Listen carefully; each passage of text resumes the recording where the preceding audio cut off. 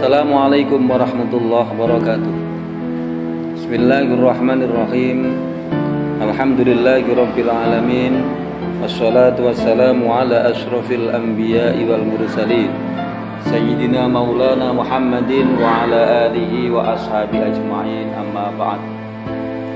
Para pemirsa yang dirahmati oleh Allah Subhanahu wa taala, mari kita bersama-sama kembali bersyukur kepada Allah Subhanahu wa taala yang tiada henti-hentinya melimpahkan rahmat serta nikmatnya kepada kita, sehingga siang ini kita masih bisa berjumpa meskipun tidak bertatap muka, tetapi bisa melihat tayangan saya dalam keadaan sehat walafiat.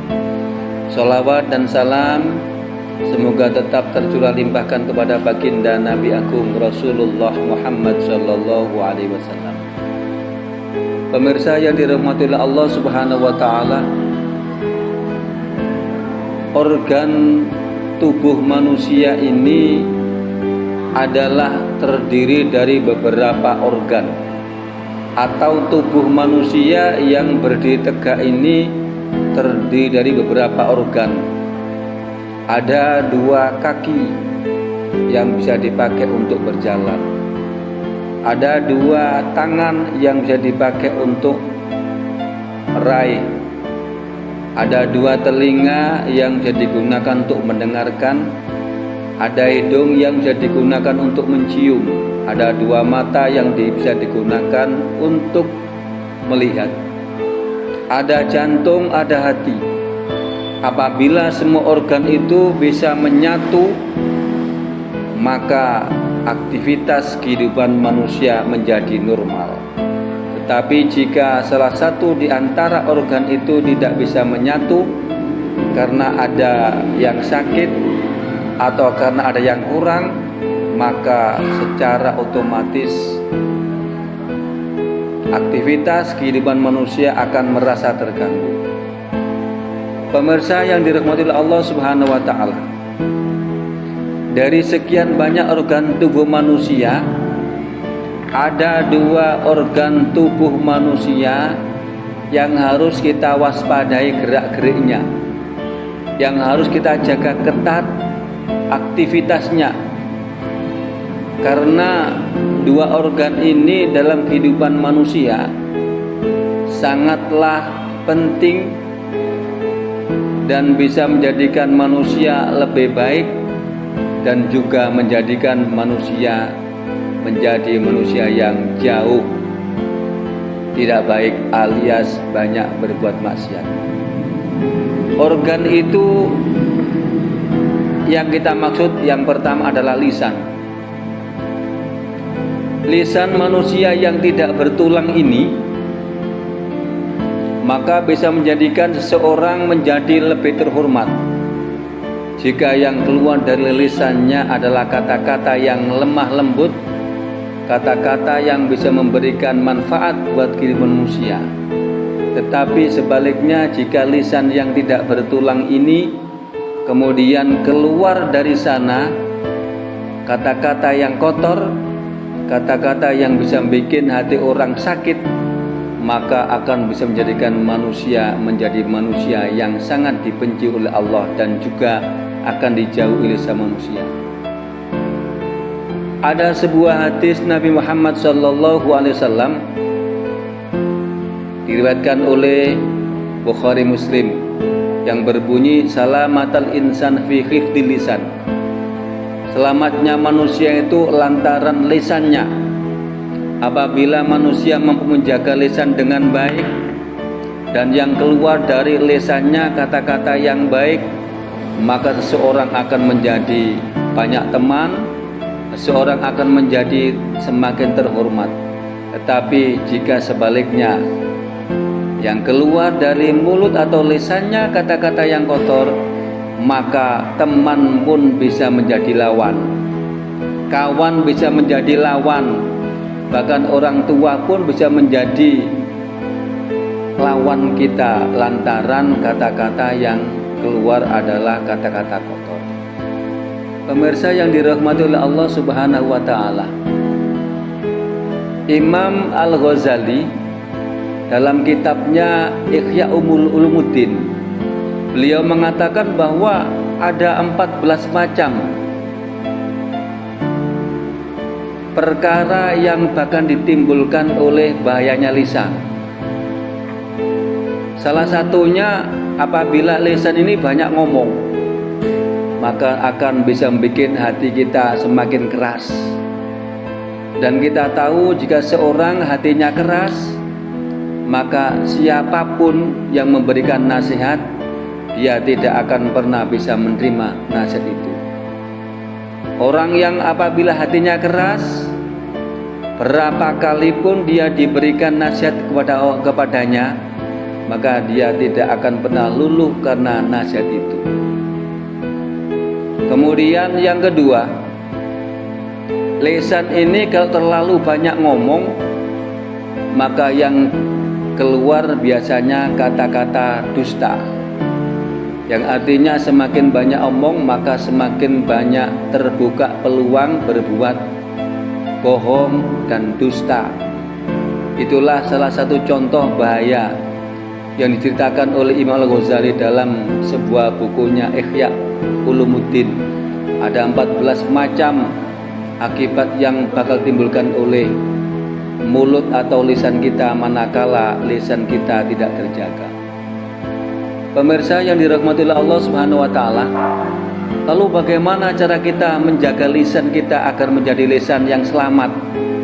Seperti yang dikatakan Rasulullah tadi, salamatal insan fi lisan. Agar manusia menjadi selamat, maka yang pertama, mari kita gunakan lisan kita ini hanya berkata yang baik-baik saja. Jangan pernah berkata yang jelek-jelek, yang bisa membuat orang lain marah, yang bisa membuat orang lain kecewa, yang bisa membuat orang lain dendam dan lain sebagainya. Maka kita biasakan untuk berkata yang baik-baik. Kata Rasulullah dalam hadisnya, ul khairon auliyasmut. Kalau ternyata kita tidak bisa berkata yang baik-baik, maka alangkah baiknya kita diam, itu jauh lebih selamat. Kemudian yang kedua, berkatalah seperlunya. Apabila tidak penting kita ngomong, maka tidak penting pula kita menyampaikan apapun lewat lisan kita, yang artinya berkata sesuai dengan kebutuhan kita. Insya Allah dengan 3 cara ini lisan kita akan terpelihara dengan baik, dan kita juga akan selamat dari sama manusia dan juga selamat di hadapan Allah Subhanahu wa taala. Organ tubuh kita yang kedua yang perlu dijaga dengan baik dalam rangka menjadikan kita orang yang selamat dunia akhirat adalah hati. Hati itu adalah cerminan dari sikap perilaku kita. Apabila hati kita ini kotor, maka yang muncul dalam tangan kita, kaki kita, mulut kita, pekerjaan kita, sikap kita adalah kejelekan. Maka perlu kiranya hati dijaga dengan ketat, supaya hati kita tidak sampai tercemari oleh penyakit-penyakit hati. Karena penyakit fisik mungkin mudah sembuhkan melalui kedokteran atau dengan yang lainnya, tetapi jika yang sakit adalah hati, maka ini sangat berbahaya. Karena hati adalah sebuah benda yang tersimpan di dalam tubuh manusia, yang hakikatnya melalui hatilah manusia berbuat baik dan berbuat jahat. Pemirsa yang dirahmati oleh Allah Subhanahu wa taala, ada banyak penyakit yang bakal ditimbulkan oleh hati kita. Penyakit itu antara lain adalah iri, dengki, sombong, dendam. Itu merupakan penyakit hati yang sangat berbahaya dalam kehidupan manusia. Karena iri bisa menjadikan manusia berbuat jelek kepada yang lain. Karena dendam bisa bikin manusia berbuat nekat. Karena sakit hati manusia juga bisa berbuat kejam kepada siapapun. Karena itu penting kita jauhkan hati kita dari perasaan yang tadi. Bagaimana caranya agar kita terhindar dari beberapa penyakit hati tadi? Yang pertama, jangan pernah memandang orang lain remeh. Karena jika kita memandang orang lain remeh, maka penyakit hati yang muncul dalam hati adalah sifat sombong. Karena kita melihat orang lain sebelah mata atau dengan pandangan remeh, kecil di hadapan kita, maka penyakit hati yang bakal timbul dalam hati kita adalah perasaan sombong. Yang kedua, biasakan kita untuk bisa memaafkan kesalahan orang lain. Kenapa begitu? Karena dengan membiasakan memaafkan kesalahan orang lain, maka hati kita akan selamat. Tetapi jika kita tidak bisa memaafkan kesalahan orang lain, maka yang akan muncul dalam hati kita adalah penyakit dendam. Kalau sudah muncul penyakit dendam dalam hati kita, maka seperti yang saya katakan tadi, bahwa dengan dendam itu seseorang akan nekat berbuat apapun, dia akan bisa melakukan karena dendam. Kemudian yang nomor 3, biasakan hati ini diisi dengan kalimat-kalimat thayyibah seperti zikir. Perbanyaklah zikir. Insya Allah dengan perbanyak zikir, hati kita akan dilindungi oleh Allah Subhanahu wa Ta'ala, dan kemudian tidak akan pernah dibohongi oleh makhluk Allah yang namanya setan, yang senantiasa akan membisikkan dalam hati kita agar kita berbuat jelek. Karena itu tepis setan itu dengan cara perbanyak zikir. Zikir sirri berarti zikir yang ada dalam hati kita. Jangan cuma zikir yang terlintas atau yang terucap oleh bibir belaka atau lisan belaka, tapi juga zikir yang sampai kepada hati kita. Ingat kata Allah Subhanahu wa Ta'ala dalam Al-Qur'an, yang tertulis dalam Al-Qur'an khususnya surat Al-Baqarah ayat 10, di mana Allah mengatakan fi qulubihim maradun fazadahumullahu marada walahum adzabun alim bima kanu yakdzibun.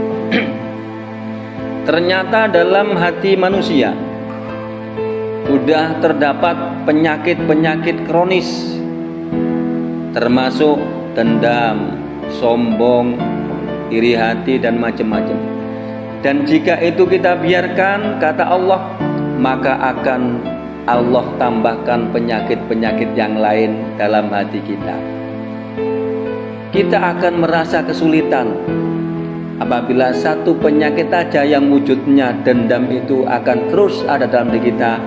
Kita akan susah melewatinya, apalagi apabila Allah menambahkan berbagai macam penyakit dalam hati kita, maka hidup kita akan semakin susah. Tidak ada ketenangan hidup, tidak ada kesenangan, dan tidak ada kebahagiaan. Karena itu perlu kita jaga dua organ tubuh kita tadi. Yang pertama lisan, dan yang kedua adalah hati kita.